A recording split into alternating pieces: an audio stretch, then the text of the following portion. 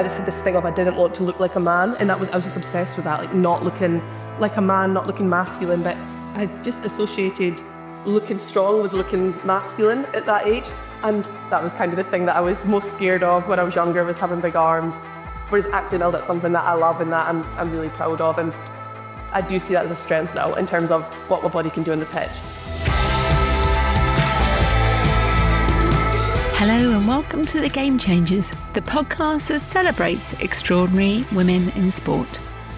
I'm Sue Anstis, and in this Series 20, we're shining a light on the courageous, pioneering and fiercely passionate women who are redefining the future of sport.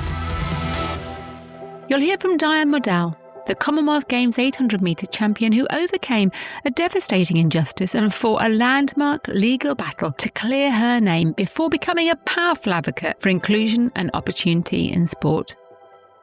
Pioneering skateboarder Lucy Adams shares how she carved her path in a male-dominated sport, breaking boundaries, staying true to herself and inspiring young people from all backgrounds to step onto a board.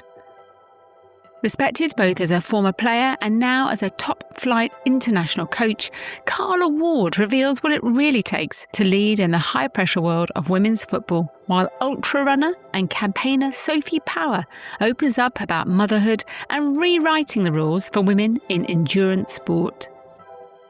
I talked to Scottish rugby star Rona Lloyd about body image and using her platform to challenge attitudes in society, and England netball icon Ebony Osoro-Brown about the challenges of motherhood in elite sport and her evolving mission to drive change on and off the court.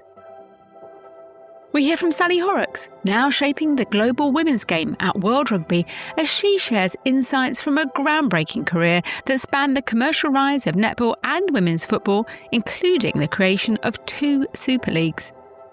And Sammy Kinghorn, Paralympic gold medalist and world record holder, on her extraordinary story of grit, growth and overcoming the unimaginable.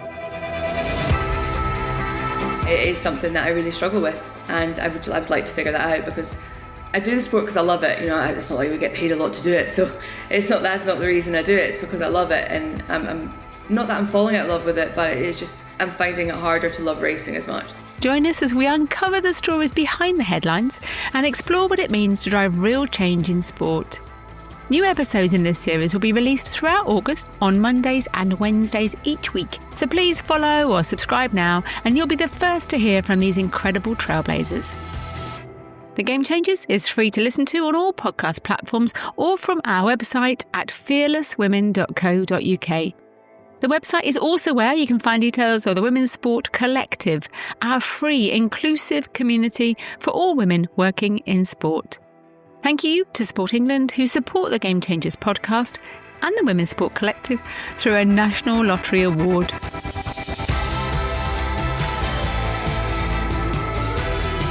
I got my place in 2014. I lost it because I was pregnant with my first son, and they said you couldn't defer for pregnancy. You could for injury. Pregnancy was a choice. You know, my little girl sort of said, "Mummy, are you off tomorrow?" And I said, "No, baby, you are." And she said, "When am I going to spend some time with you?" And that, as a mother, cut deep. And I remember going to work thinking, I tell everybody what I do is for my little one, but here I am working 24/7, never seeing her, and that was really tough. The Game Changers, Series 20, inspiring conversations with fearless women in sport.